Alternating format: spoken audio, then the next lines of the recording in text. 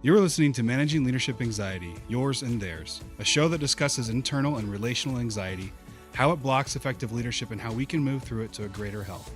And now your host, Steve Cuss. Welcome to episode 12, season 1. I'm excited to introduce our guests today because we have two of them, Geoff and Sherry Surratt. Geoff and Sherry are a ministry couple who founded ministrytogether.com. They serve people in ministry in all manner of churches, and both Geoff and Sherry bring a phenomenal depth of ministry experience everywhere they go. Geoff served as campus expansion pastor at Seacoast Church. He served at Saddleback Church. He was also managing director of Exponential, and he's authored many books. Sherry as well is no slouch. She spent years at Seacoast Church. She was leadership community director for Leadership Network. She used to be the CEO of MOPS International and director of parenting strategy for the Orange Group, the Rethink Group. And she's also written several books. And then Geoff and Sherry right now have a book out together on ministry couples. It's just wonderful. Sherry is also a consultant with the Unstuck Group, for those of you who know Tony Morgan. Basically, Geoff and Sherry are a gold mine of leadership experience, and it's a privilege for me to call them some of my dearest friends. It's actually Geoff and Sherry who very kindly connected me to Leadership Network and then HarperCollins in order to get this book published. So I'm indebted to them on a number of levels, which is why they were the very first people I ever asked to interview. And maybe you're wondering, well, if they're the first ones you asked to interview, why are they so late in the program? The simple answer is I wasn't a very good interviewer back then. So as you're going to listen first to Geoff and then to Sherry, I think you'll find great content from them in spite of some of my questioning. So sit through it. It's absolutely worth it to hear some of the gold that they have for us today. All right, Geoff. Well, thanks for joining us on Managing Leadership Anxiety. And I just want to start by asking you to tell us, how did you get into leadership?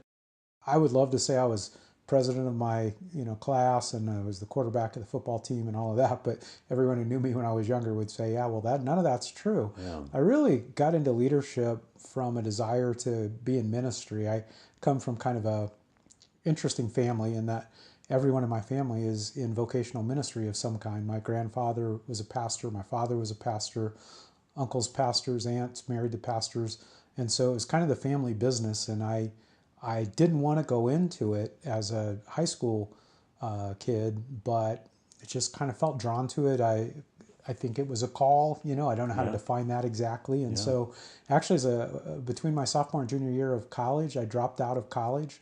I married my childhood sweetheart, Sherry, and I became a youth pastor for my father. And so for the first time, really, I had helped in youth ministry as a kid and all of those types of things. But for the first time in my life, I was leading something. And I walked in really with no preparation at all. I didn't have, I had great leaders that I loved growing up, but not really mentors. And so suddenly I was being asked questions that I had no answer to. I was 2 years older than a lot of the kids in my youth group. Right. And they were going through stuff that I didn't have a clue. And parents were asking me things I had no idea. So I think really my introduction to leadership was at 20 years old. Brand new husband, a brand new youth pastor, didn't really have an education other than a couple of years of Bible college, and suddenly I'm a leader and trying to figure it out as I went. And honestly, that was 36 years ago, and really to this day kind of feel like I'm swimming upstream, kind of hiding the fact that I don't have the education and I don't have the experience, but I wind up in leadership positions over and over and over again. Yeah, okay. So you keep finding yourself being handed the ball to lead. When in that process for you did you start to realize you had some leadership gifts? I can't point to a moment or a time, and even to this day, and I'm just trying to be as authentic as I can. To this day, I step back and think, well, do I have leadership gifts, or do I just wind up being in the right place in the right time over and over again? And I can't answer that question. I do know that it seems like I figured out early on when I would be in a room, if no one would step up and lead, right, I would find myself being the one that was leading the conversation. I found that people would come to me and ask for input on where I think they should go. And so I was quite a ways into ministry, to be honest with you. In fact, I was sitting in a church conference at a large conference, a large church, and they were kind of showing us their way of ministry. And that was the first time I really heard leadership. It's all about leadership, and you got to grow your leadership skills. And I remember thinking, well, what if you're not a leader and you just happen to be in ministry? Right. But since that day, I've realized actually, no, God has given me leadership ability. He's given me leadership opportunity. I feel like I maybe have to work a little harder at it because I don't not necessarily have some of the traditional, charismatic type of leadership that you see in the prototypical leader. But I do realize that it's probably, I don't know, God may have a sense of humor, but he puts me in situations that needs a leader, and then kind of the Holy Spirit, I guess, says, I think it's you. You need to lead. Do something. Yeah. And you were describing when you were that 20-year-old youth minister, what I think is a common companion to all leaders, which would be known as the imposter syndrome. So, for example, I don't belong here. I'm out of my league. Somebody's going to show up who knows what they're doing, and it's going to expose that I'm a fraud. That's the strongest way to put it. Does that trigger any reaction in you, either in that situation or other leadership situations? Oh, over and over and over again. When we very first started as youth pastors, my wife and I remember one of the very first services she came to after we got married. I started a few months before we got married. And I did a sermon on the evils of sex outside of marriage. And I thought this was just the greatest sermon of all time. And I read passage after passage out of context of why God, here's what God thinks about this. And after the end of the message, I asked my bride, what do you think of that? And she's always very complimentary. And then she said, one question I had is, what if they don't believe the Bible? And at that moment, I thought, I'm in big trouble because that's all I got. And I'm not saying that the Bible isn't sufficient. What I'm saying is, if I don't just read them scripture and then they go do what the scripture says, I don't know what to do from there. Yeah. And I think, Steve, honestly, that was the first moment that I had to step back and go, oh no, I have no idea what I'm doing, and someone's going to figure it out. Yeah. And I would say that in every leadership role I've had to today, I have to fight that back, that what if they find out? Even this podcast, honestly, Steve, brings anxiousness to me because I'm thinking, man, Steve's one of my best friends, and he gets this stuff, and today he's going to figure out, oh, this guy really doesn't know what he's doing. You're anxious about leadership anxiety. Yeah. Yeah, I'm glad absolutely. I could be a good friend to you and increase your anxiety. I personally think imposter syndrome is one of the great is the wrong word, one of the most powerful destructive forces in a leader, because I think we all have it, and it keeps us from leading. When I was a hospital chaplain, 24 years of age, like you, brand new married, and I'm walking into rooms of grief and shock, believing I'm supposed to do something about it. And that's where, for me, I started to realize, oh man, I think leadership is knowing what to do, because people, when they don't know what to do, they look to someone else. But most leaders don't know what to do most of the time. So could you talk about the gap that happens between when you feel like you should know what to do, but most of the time you don't know what to do? How do you manage that gap? Often, I probably manage it a couple different ways, often poorly. I'll, to sanitize the way I think of this, I make stuff up. Okay.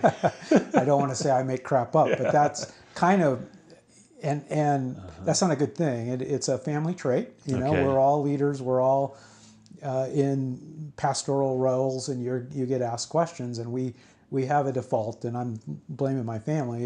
It's myself, but a default of I can't let them find out, and so I make stuff up. So I found for me when I can put aside the ego that says I have to have the answer, put aside the little voice in the back that says you don't have any answers, and am able to kind of draw on the collective wisdom either of who's in the room or who's not in the room, but have some connections to.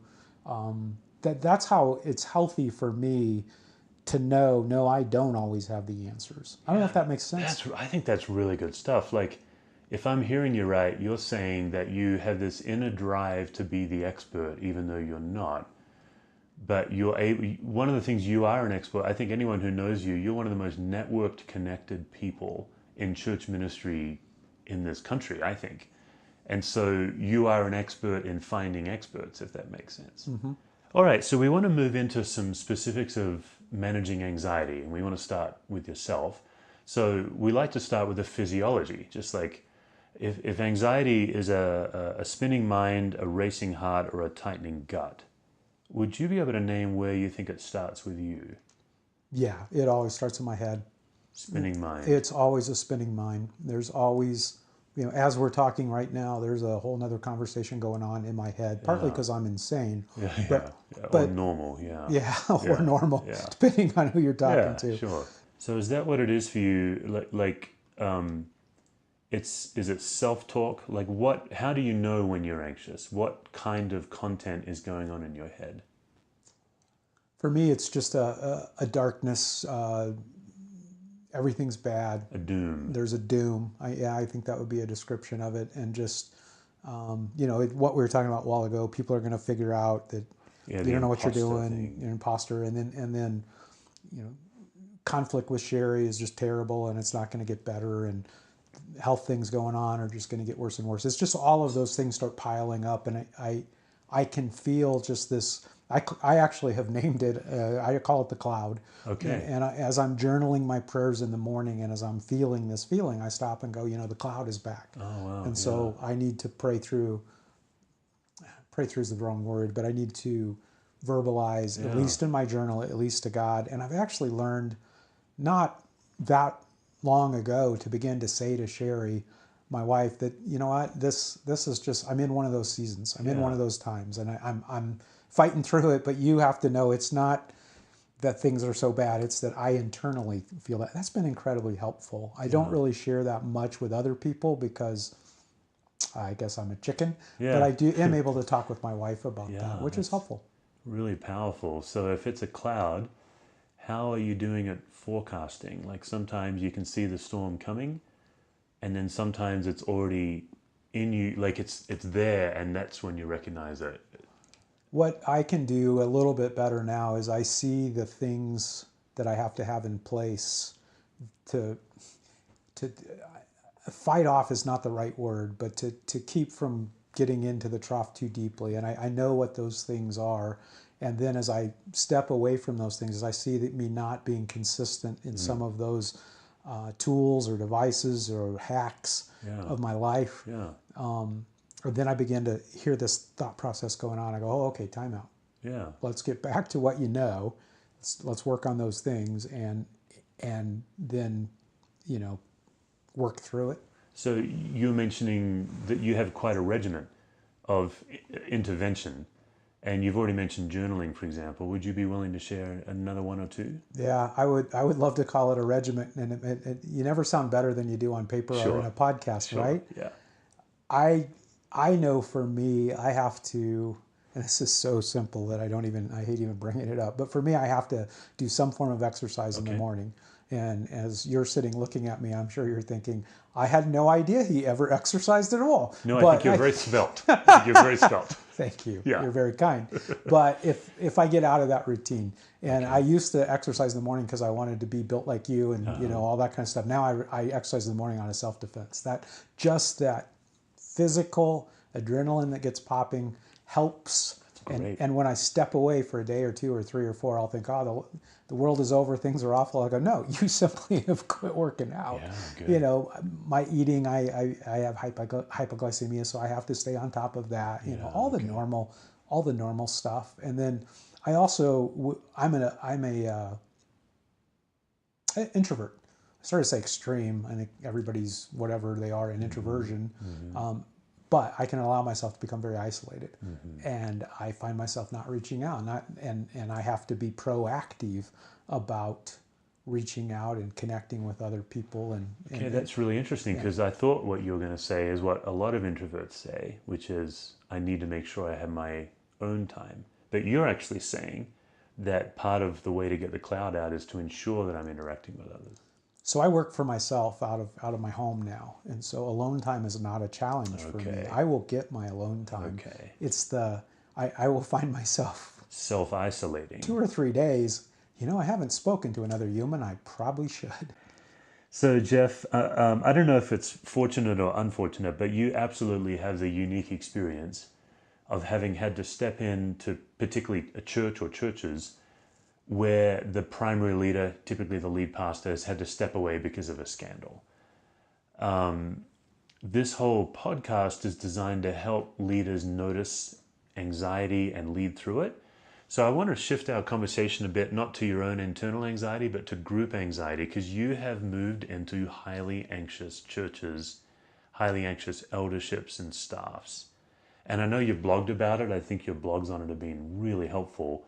Could you talk specifically on what did you notice in the anxiety of these churches you stepped into? What did you see? It's interesting. You have actually, helped me a lot process through some of this, and something that you pointed out, honestly, about a year and a half ago, was something I hadn't thought about. And as I watched it, I realized it was true that at the root, not of necessarily of the failure that led to the crisis in the church, but after that failure, the root of a lot of the bad stuff that went on was really fear. Yeah. And I didn't see that at first. I thought, no, these are just guys powering up. These are just egos. It's a sense of mistrust.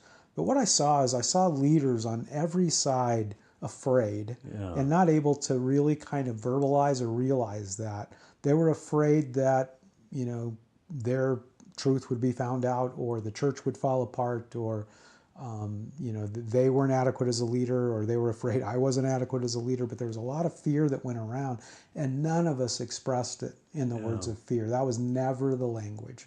There's a lot of raised voices, a lot of accusations, but no one was able to humbly say, I'm afraid. I'm afraid for my church. I'm afraid for my leaders. I'm afraid for my friends. And it was eye-opening to me to begin to look through that lens and realize it wasn't really, it became, in particularly one of the situations I stepped into, it became an adversarial relationship between two different bodies, the staff and the elders, kind of a very adversarial relationship. And as I realized that there was a lot of fear behind all of that, it wasn't just bad, people weren't being bad.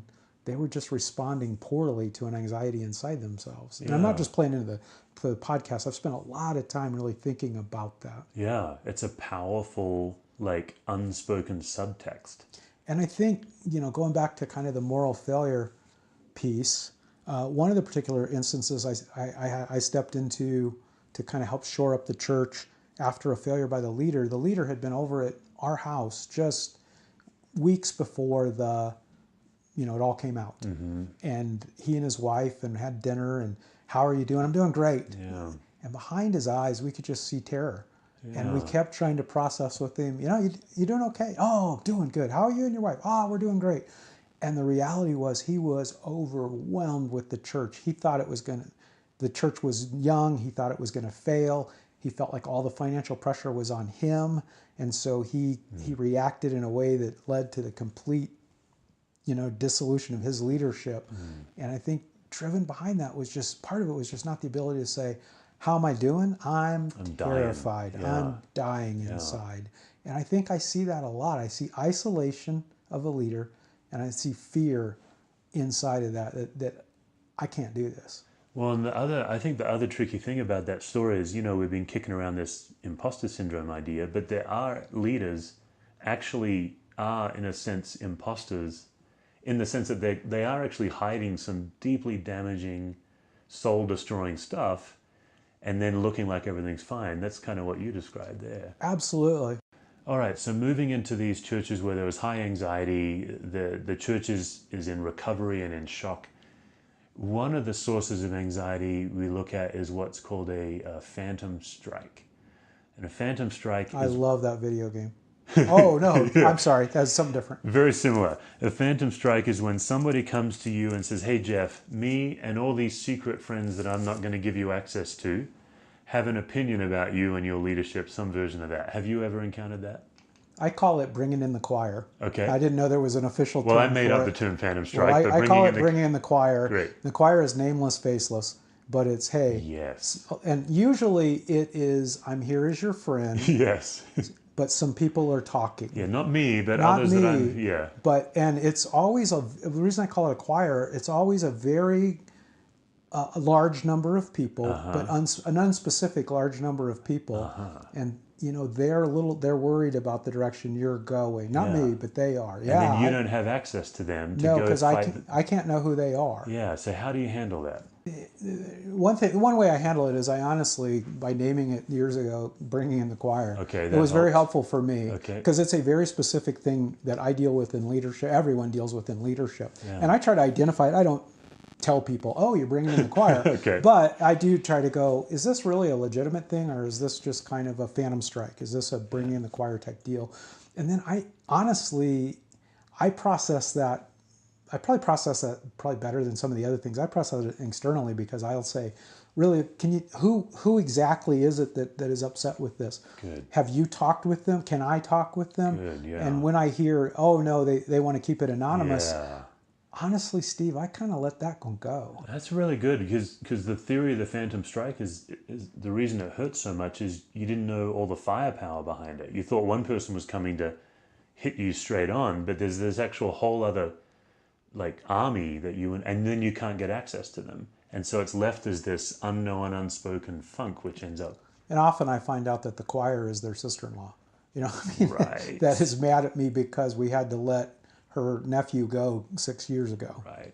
I had a situation once where the choir master, to use your metaphor, came, and it turned out that the choir master was the one that had the issue. I actually went through that person to their friends, and their friends basically said to me, well, that's just Mark.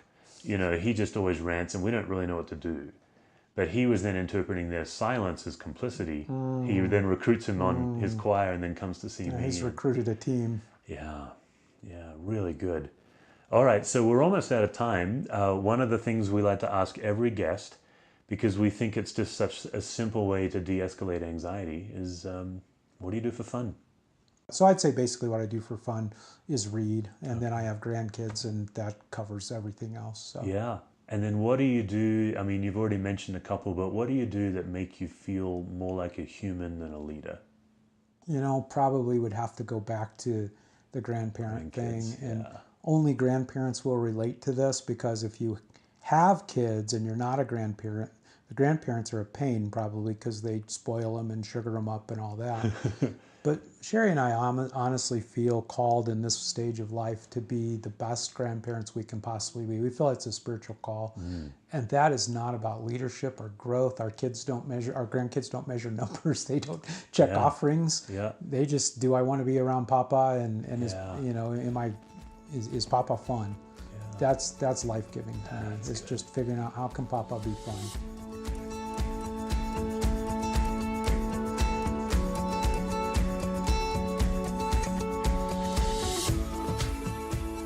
All right, Sherry. Yes, sir.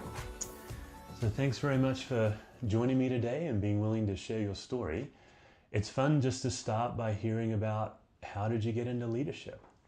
Yeah, one of my first opportunities was actually as I was a teenager, and I was very involved in my church. And my youth pastor's wife asked if I would like to help lead a children's choir. I think I was 18 years old, and so I said, absolutely. It was just an incredible experience that I had so much fun with the kids, but also began to think, as I would watch myself, man, I can lead. I can make things happen. And I loved it. And so that kind of launched, from a volunteer perspective, just the awareness of myself that I had some leadership. But I think my first formal opportunity in leadership was when I moved into public education. Started as a teacher in the Houston public school system, and then stepped in as an as an assistant principal in an elementary school, and began to lead teachers at that point as well as students, and that was fascinating. Yeah, so the move from being a classroom manager, an educator, to an administrator of adults and of course then parents, Yeah. Can you say a little more about that shift and what you had to figure out? Yeah, with children, most of my experience was in fourth grade, in the fourth grade classroom. And to a certain extent, as a teacher, you're telling students what to do, and they do it because you're the teacher, right? Right. It's different when you step into leadership with adults because you can't lead that way and just telling them what to do. You have to motivate, you have to inspire, and you do that with children too, but it's very different with adults. I began to realize when I was assistant principal that sometimes in leadership, you will get a verbal yes, but the spirit does not always follow. Yes. And so it was really interesting as I look back to think how I had to really form the way I communicated, the way I led adults in getting to know them, getting to know who they were, getting to know what motivated and inspired them, and to be able to lead individually with adults. It was very different than leading children, although some of the principles still apply. But you don't walk into a room of adults and say, all right, students, we're going to begin on this assignment. Right. It's just very different. Yeah, so you kind of discovered early on what I think a lot of leaders hopefully eventually discover, like you can get people to do stuff, but you don't have their hearts. Exactly. And somehow you intuitively figured that out. Or were you mentored in that, or was that something that you just sorted out? I had a principal that was a master at this. And I look back on, I don't think it was a formal mentorship opportunity. However, I watched what she did. I watched the way she led. I watched the way she talked to the staff. And just somehow something in my spirit, I knew that's the right way to do things because I would see the impact she would have on teachers. She would get them to want to do what she knew they needed to do anyway. And that's a huge part of leadership. You can't force, you can't coerce, you need to inspire. And part of it is in being able to really communicate very well why this needs to be done, why you need to step into this area. So the focus and topic of this podcast is really about what it's like when a leader deals with their own internal anxiety and how a leader notices anxiety in the people they're leading. So can you tell us a story or give us an example of an early leadership encounter where you knew you were out of your league or out of your depth? Yeah. And it's interesting. I get this question from other women leaders about how to deal with other women. And some of my most difficult experiences have been with other strong women leaders. One of the first times I bumped up against somebody where I went, holy cow, I'm really up against it, was in that same situation as an assistant principal. I wasn't the only assistant principal. There was another lady, very strong leader, very intelligent, very talented, but she had kind of her own ways of doing things. And there were many things that we needed to partner on together. And I bumped up against resistance. And the resistance came in the form of sometimes telling me yes, but doing no, right? So, and that can be extremely frustrating. I remember coming home at times and just being bewildered, thinking, I don't know where that went wrong, because I thought I was communicating well. I would hear then from other people that she was upset with something that I had done, but she never came and told me directly. It left me feeling like, well, I'm a complete failure at this, right?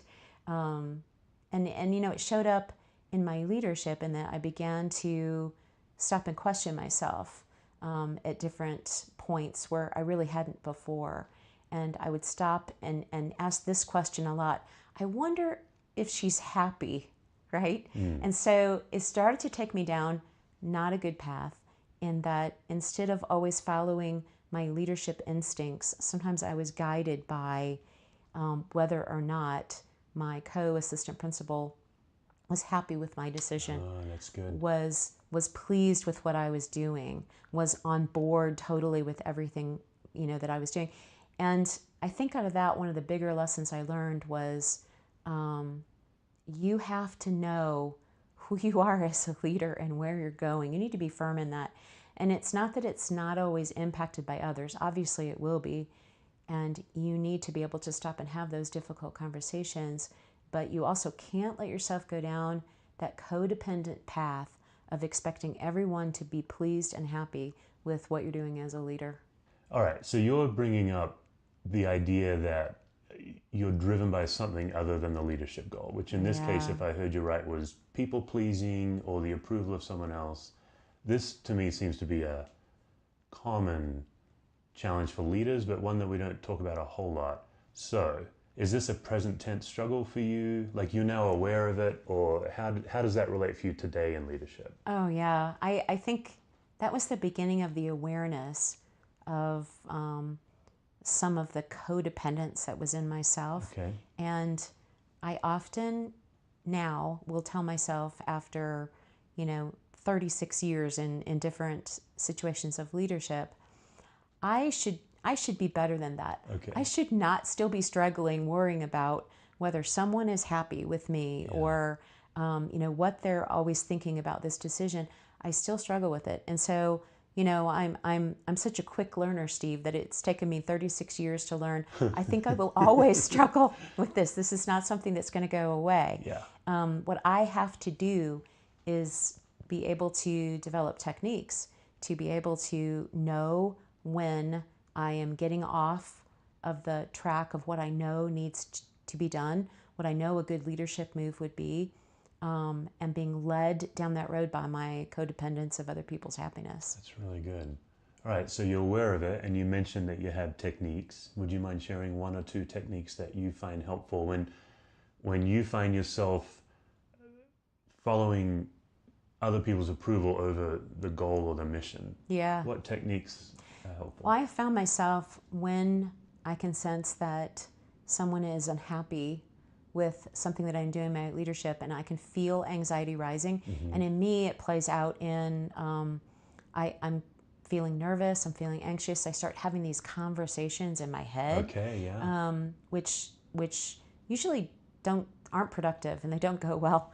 But when I catch myself doing that, I will try to pause and ask myself, what is it that I'm worried about? Okay. And that's a good question for me to ask myself because it kind of pauses me to stop and think. When I am faced with leadership anxiety, I will usually react in two ways.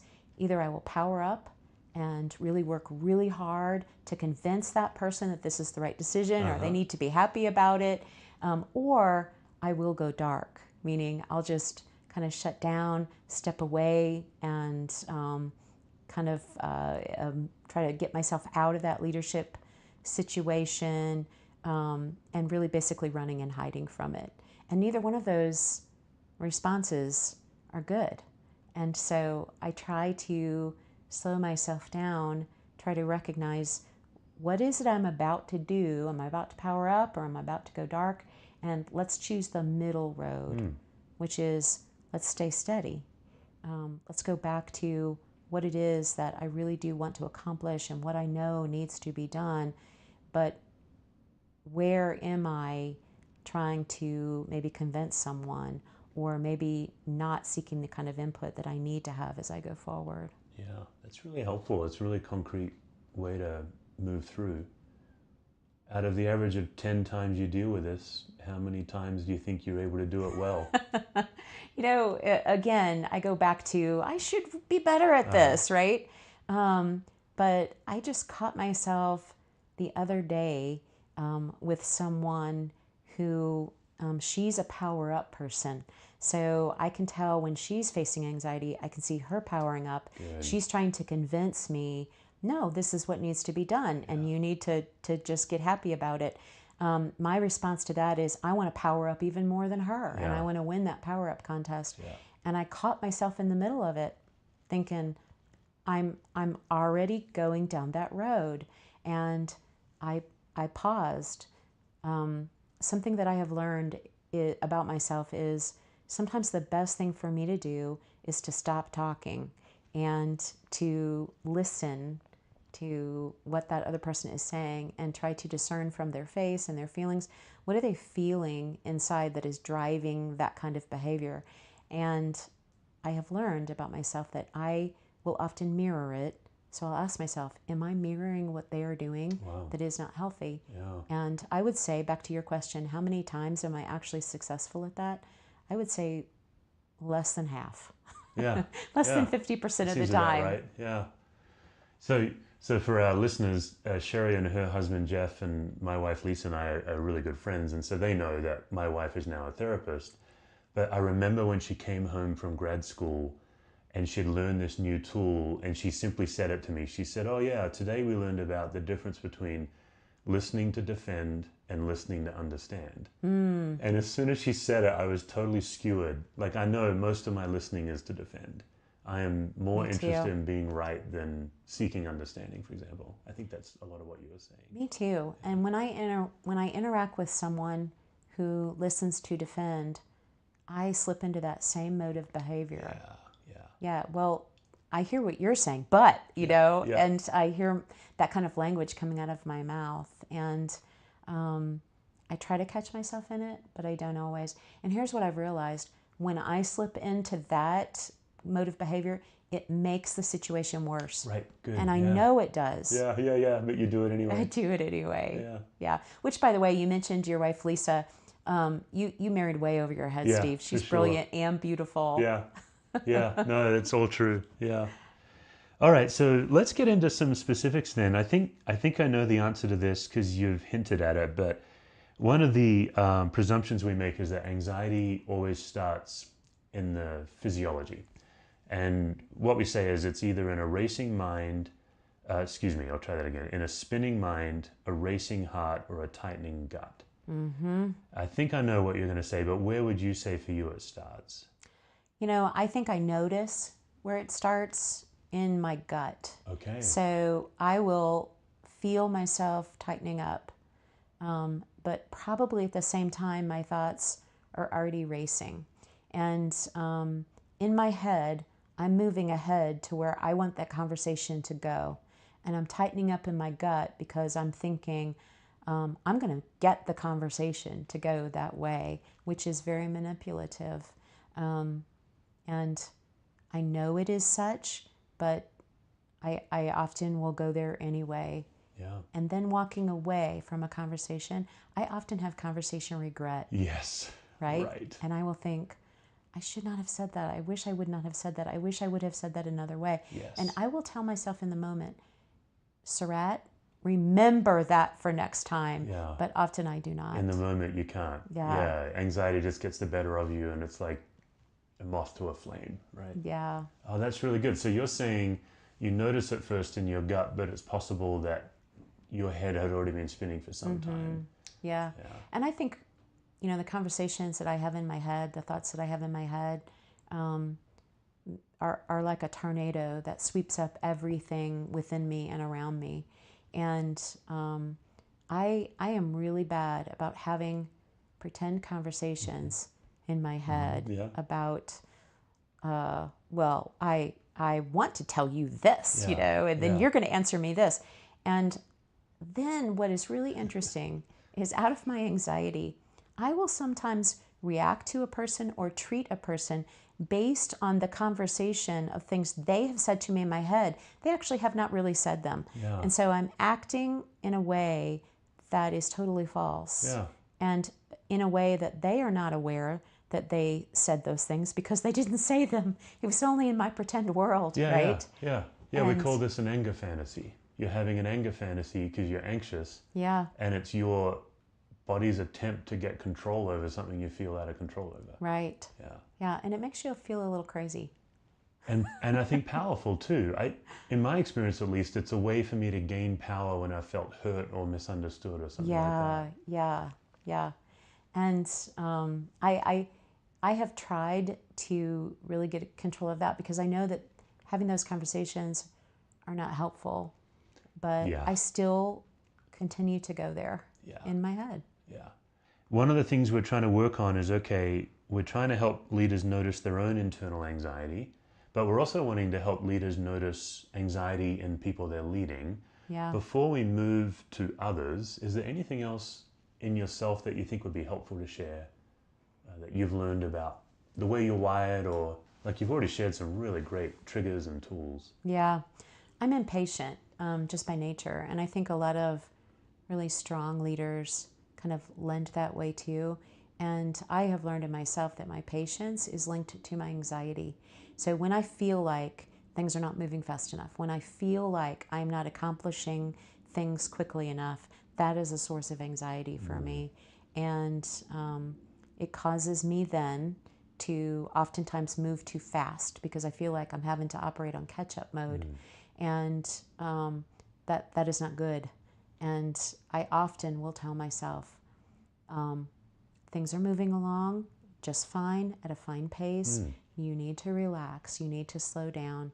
And Geoff will help me with that as well, because one of the best things I've learned to do is when I'm feeling really, really anxious, and in fact, we did this yesterday morning. We sat on our back deck and I said, I am not doing well. I am really anxious about this and this and this. And just saying it out loud helps me normalize it. Yeah. And his response to me was, but you know that even in that, this part of that is okay, and this part of it is good. And so he leads my thoughts back to the more sane and rational, talking me off the ledge, if you will. And you know, it's really interesting, Steve, because there are so many things about anxiety that are unreasonable, so many things about it that I am cooking in myself. And just being able to put words to it helps me, even as I hear me say it, helps me to realize that's not really as big a deal as I am making it. Or actually, I think that's probably going to be okay. I am needlessly worrying. And, you know, sometimes people will, you know, spout statistics of 97% of what we worry about never actually happens. I don't always find that statistic helpful for me because I automatically go to the, yeah, but 3% did. Okay, yeah. which is ridiculous, Yeah. right? But one of the theories also is that anxiety competes for the same space that God exists in. So have you had a time where you've encountered God on the other side? Like you do this amazing job of being aware, and then you've got these tools in your life to de-escalate it. In my life, I guess I've found that that's the space that I discover God's already there. But when I'm managing my own anxiety, I forget that God's with me. I don't know if that makes sense, but it does. have you had an encounter of God like that? Yeah, it does. I will try to engineer my own calmness, and I'm not very good at it. And so when I remind myself to slow down and to listen to what God is already saying, and in many of the moments in anxiety, I feel like God is not there. He's not saying anything. He has forgotten about me. Yes. And when I slow down to still my own thoughts, I realize God has been saying things to me all along. Yeah. And it's me that has not been listening. Yeah. And I think part of that is part of my leadership makeup as well, in that I'm constantly doing, and I need to slow down and listen more. Yeah. Geoff has a great practice that maybe he'll talk about as well, where he journals his prayers and he writes them out, which forces him to slow down. I don't do that. I'm such an impatient person that I can't even wait for myself to type, right? But I do in the mornings try to sit in the same chair with a hot cup of coffee, and I try to ask God, what is it you need to say to me for today? Because it makes me anxious to look too far forward. Yeah. To focus just on today is enough for my plate. And then I really do try to sit and hear God's words. I'm not always great at it. Sometimes I will find myself engineering what I think God wants to say to me. Yeah. Which he's so much better at what he has to say than what I think he needs to say. Okay, so Sherry, you've had a lot of experiences where you've come into, for example, an existing organization where there's a long, rich history, and maybe you've seen some changes that need to be made that others haven't seen. or maybe you've come into a situation where you just notice that there's an anxiety in the group. Could you speak to any of that? And then I'll get to some more specifics. Yeah. I had an opportunity as a CEO to step into an organization that had already been going 40 years and had a rich history. There were so many incredible things about the organization that I did not know, and had to learn. And I felt like I had to learn it at a very quick pace. And probably looking back, did not give myself enough time to really learn it. And I needed to ask more questions about why was this part established? Why was this process established? I came in very quickly and tried to learn what the process was, but needed to spend more time on the history. So as I came in, the organization was experiencing some financial difficulties, and that was a source of great pressure for me. I felt like I had to have the answers, had to get that turned around quickly, was really putting unreasonable demands on myself. And here's the interesting thing. The board of directors were very supportive, and they told me at the time, take your time. We're not expecting immediate results. I heard that in my own head as get going and figure this out. Yeah. And I was the one putting extreme pressure on myself. And I have to believe, Steve, that is tied to leadership pride. I wanted people to say, look how quickly she turned that around. She's Look at amazing. the incredible answers. And as I came in and tried to implement things quickly, I caused anxiety in the staff. There were particular people on staff who were ready for change, but there were people who were not, and it scared them. And immediately when you come in with new ideas, people are asking, how is it going to affect me? Yeah. They're less interested really in how is that going to affect the organization. What they're really saying is, what does that mean for my job? What does that mean for my pay? What does that mean for my job security? Yeah. And looking back, I should have come in and addressed that a little better. Some of the signs of anxiety that I saw in the staff as I came in to make changes was some people felt like they needed to share, every bit of their opinion on those things that I would talk about. And sometimes I would welcome and solicit that information. But there were other parts of me that secretly in my head, I would think, I don't know that I need to hear every part of your opinion, right? And then there were other people who on the outside would say, oh, great, definitely we need to do that. We need to change that. But then on the inside, that is not how they felt. Yeah. But they really weren't expressing it. I tried as a new CEO to come in and hear from them what they felt needed to be changed, to have our ideas of change be organic, come from the teams themselves. But I don't know that I did a great job with that, just because of my own leadership anxiety of come on, we got to get this going. All We this got to. pressure. Yeah, you pressurize the whole system in that situation. Yeah. When we react strongly to something, a lot of times there are several layers to that strong reaction. So sometimes we are anxious about something, but then we will blow up at something else. Okay. And I had this particular experience about a particular team in that organization that I was working with, and that leader had come to me to say, we need to change some things here. And so we talked together about some changes, and then when we began to implement, she exploded, and it caught me by surprise. And I thought, she's the one who asked for this, she's the one who came up with some of these solutions.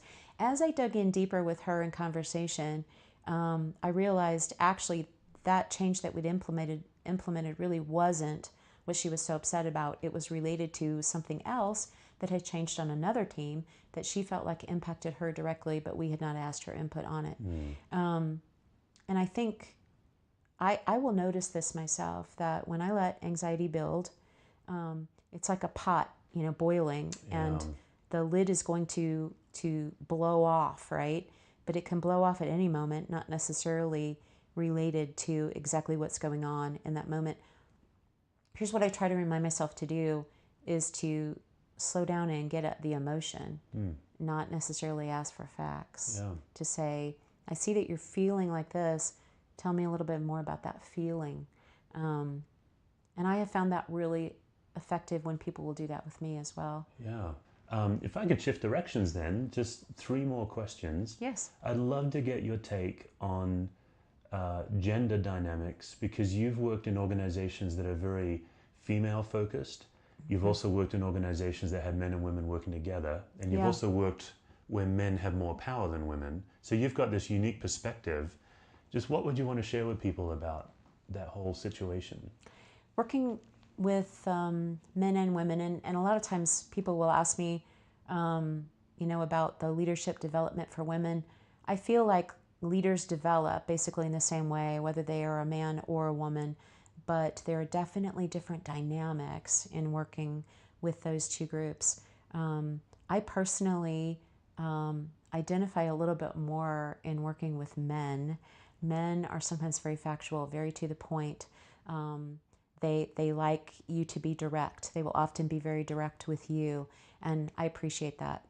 With women, many times, the emotion, the history, the feelings of others in the room, not just that woman, but many times women are very in tune, very concerned with how everyone is feeling collectively.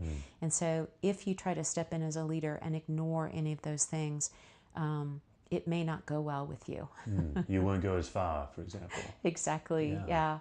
And so, it's interesting, Steve, because early in my leadership, and Jenny Catron and I wrote a book together on entitled Just Lead, and it was really for women leaders in the church. And we talked about navigating the landmines in leading women.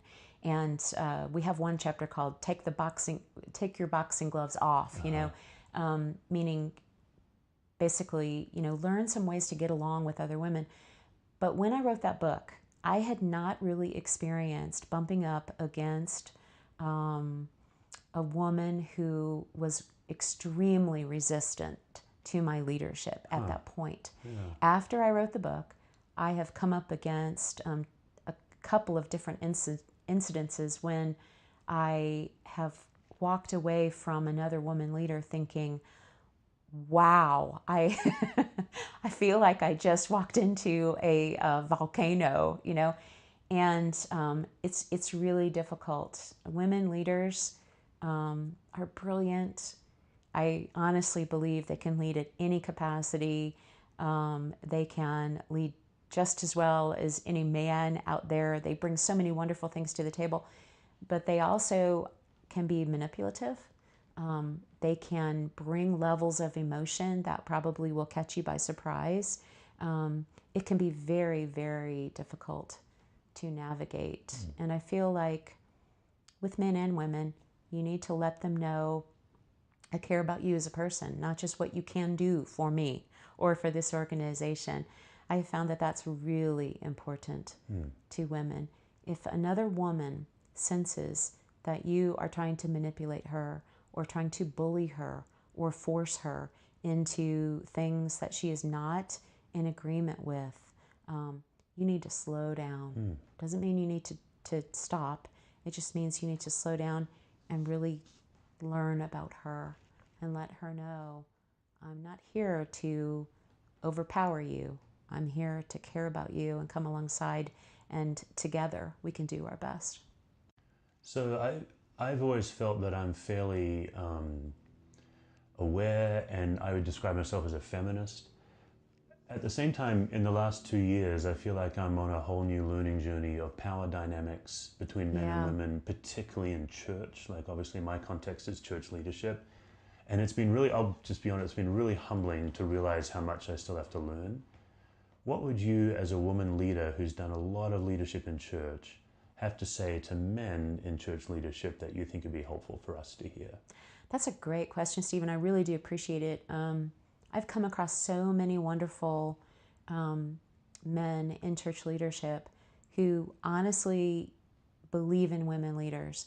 They know that women are very talented. They know that women can lead, but fear, sometimes I feel like, keeps them a little bit separated. So they, with the whole Me Too movement, they just want to be very sensitive to women. They want to make sure that they are treating women with the respect that women deserve.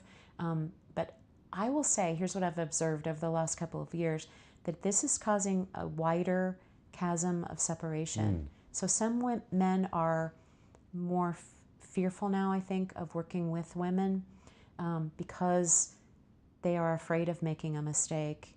And one thing I would like to encourage men to do is just be honest about that with women, because I think we're going to get it. I really appreciate it when a man says, hey, I don't know exactly the right thing to do here. Help me with that.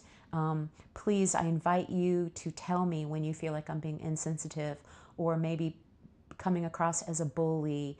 Because what I hear when a man says that is, I hear he has good intentions, but he's admitting he doesn't always know the right thing to do.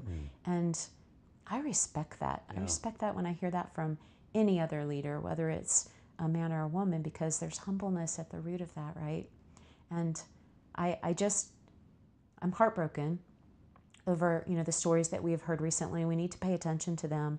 But I really, it would break my heart even farther if it causes men to just shy away from using women in leadership because of it. Yeah, just purely out of fear and defensiveness. Right. Yeah. All right, and you're also, I think, unique in that you've had very formal leadership roles with a title and a business card and all that, but you've also had informal leadership roles where you have leadership, but it might be that you're a pastor's wife or something like that. Yeah. Talk to us about the importance of platform and authority. Like, what's your reaction to the different types of leadership roles you've had? Do you know, one of the big principles in the book that Jenny and I wrote, Just Lead, was something I learned from Nancy Ortberg, who said, stop fighting for your title. Stop fighting for your place at the table. Just lead well. No matter what the situation is, whether you are a volunteer or whether you are leading a whole organization, bring your A game every single time. Don't put on the cloak of feeling like you have to prove yourself everywhere you go. Just be a good leader. Treat people well, whether they can do anything for you or not. Be honest. Have integrity. Let people see your character. Be humble. Don't try to pretend that you are better at things than you are not. And what that will ultimately earn you is, it will earn you that title. It will earn you that seat at the table. And among women leaders especially, there's sometimes a sense of scarcity, in that sometimes women in an organization will see just very few women leading at the top. And so it causes a sense of competition sometimes, like, I've got to prove myself. I've got to claw my way to the top. And that's actually the opposite of what you need to do. I think I try to remind myself of those words that Nancy spoke. And I heard her on a podcast speak them, and I got a chance to sit with her, and she spoke them to me directly. She said, just lead well. Just do your best, and the title and the opportunities will come. All right, so then in closing, we believe that one of the best de-escalators of anxiety is fun. What's one or two things you do for fun? Oh, my goodness. Geoff and I have 3 grandkids, and I think children are the great normalizer, right? So I can have a great leadership opportunity, and that evening go and crawl on the floor with my grandkids. And it is so much fun. Watching my grandkids is, it's moments of time standing still, because I see in the faces of my grandkids, they all belong to my son, so I see parts of my son. And but I also at the same time see their generation to come.